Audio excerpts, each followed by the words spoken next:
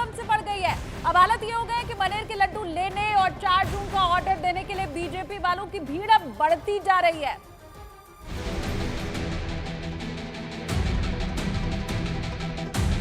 लग रहा है कि मनेर के लड्डू की ताकत भी बड़ी है।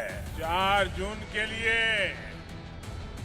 ये मनेर के लड्डू तैयार रखिए। प्रधानमंत्री नरेंद्र मोदी के इस बयान के बाद बिहार में मनेर के लड्डुओं की डिमांड बहुत तेजी से बढ़ गई है। पटना से तकरीबन 30 किलोमीटर की दूरी पर मौजूद मनेर शरीफ का लड्डू वैसे तो अपने स्वाद के लिए पूरे देश में जाना जाता है, लेकिन लोकसभा चुनाव में प्रचार के दौरान प्रधानमंत्री नरेंद्र मोदी ने पाटलिपुत्र की रैली में मनेर के लड्डुओं का जिक्र किया और इसे और भी ज्यादा फेमस कर दिया। हम अभी उसी मनेर के एक दुकान में मौजूद हैं जहां का लड्डू काफ़ी फेमस है।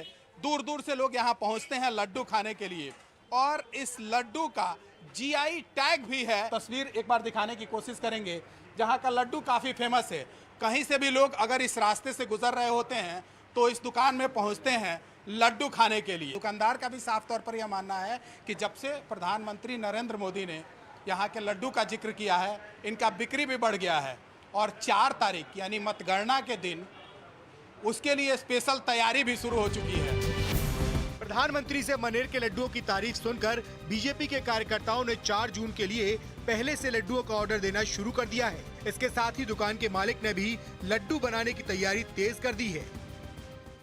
मनेर का जो फेमस लड्डू है उसका हम लोग 4 तारीख के लिए ऑर्डर भी करेंगे और अभी हम लोग हमेशा यहाँ से लेते हैं और खाते हैं। यहाँ का लड्डू का कोई जवाब नहीं है। जैसा कि कुछ दिन पहले विक्रम में देखे थे, हमारे माननीय प्रधानमंत्री जी ने इसी लड्डू का जिक्र किए और जब प्रधानमंत्री जी का मुंह से अगर किसी चीज़ का ब्रांडिंग हो जाए तो इससे बड़ी बात क्या हो सकती है हम लोगों के लिए। रैली में प्रधानमंत्री से मनेर के लड्डुओं की चर्चा सुनकर यहाँ के दुकानदार भी खुश हैं। दुकानदारों के मुताबिक पीएम के बयान के बाद पहले के मुकाबले लड्डुओं की डिमांड एकदम से बढ़ गई है।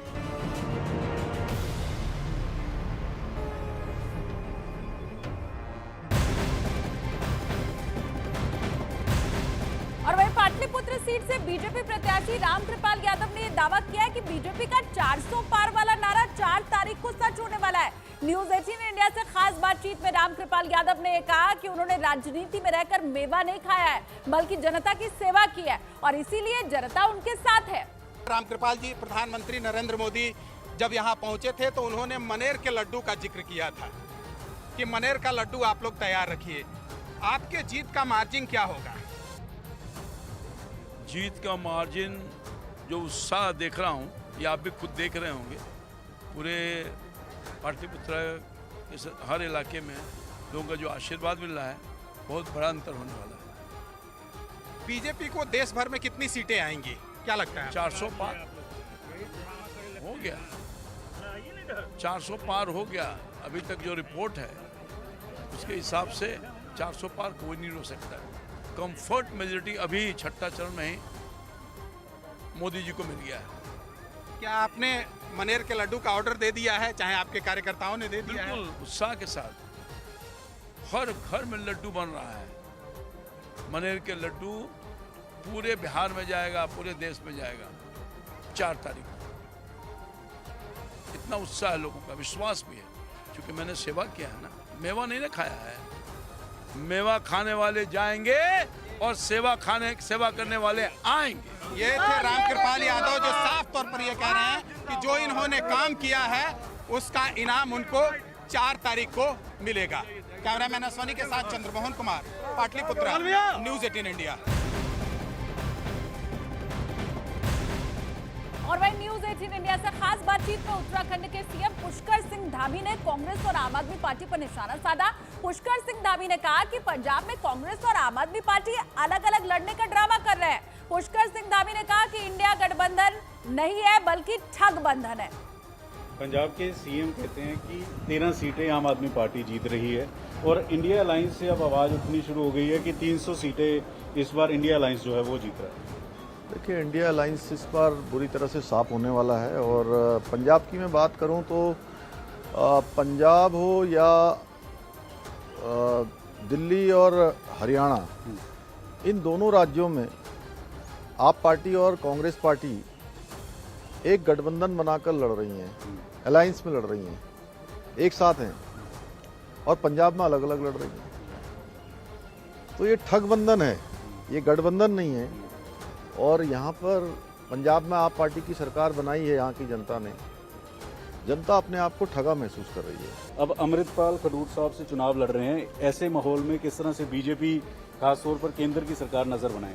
देखिए, ये लोग हमेशा जो विघटनकारी ताकतें हैं, अलगाववादी ताकतें हैं, जो लोग आज विदेशी ताकतों से देश के अंदर देश विरोध का माहौल तैयार करते हैं, ऐसे लोगों को चुनाव में यहाँ पंजाब में भी खड़ा किया जा रहा है और दिल्ली में भी खड़ा किया गया था। तो ये इनकी मानसिकता को दिखाता है कि इनके लिए अपनी पार्टी, अपनी राजनीति, अपना परिवार सबसे पहले है, जबकि भारतीय जनता पार्टी के लिए और मोदी जी के लिए पूरा देश पहले है, पार्टी दूसरे नंबर पर है। और अपना तो सबसे अंत में हमारा सबका जो भी होता है।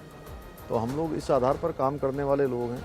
हम पंजाब की जनता के समक्ष जा रहे हैं, पंजाब की जनता जरूर हमको आशीर्वाद देगी। उत्तराखंड और यूपी में सरकार बन गई बीजेपी की, 27 में पंजाब में क्या लगता है? पंजाब में बिल्कुल डबल इंजन लगेगा और यहाँ के लोग ये फर्क महसूस कर रहे हैं कि डबल इंजन होगा तो निश्चित रूप से पंजाब की तरक्की बहुत तेजी से होगी। बीजेपी इस समय पूरे दमखम के साथ इस समय पंजाब में उतरी हुई है और कई राज्यों के मुख्यमंत्री से लेकर कई केंद्रीय मंत्री जो हैं वो प्रचार करते हुए नजर आ रहे हैं।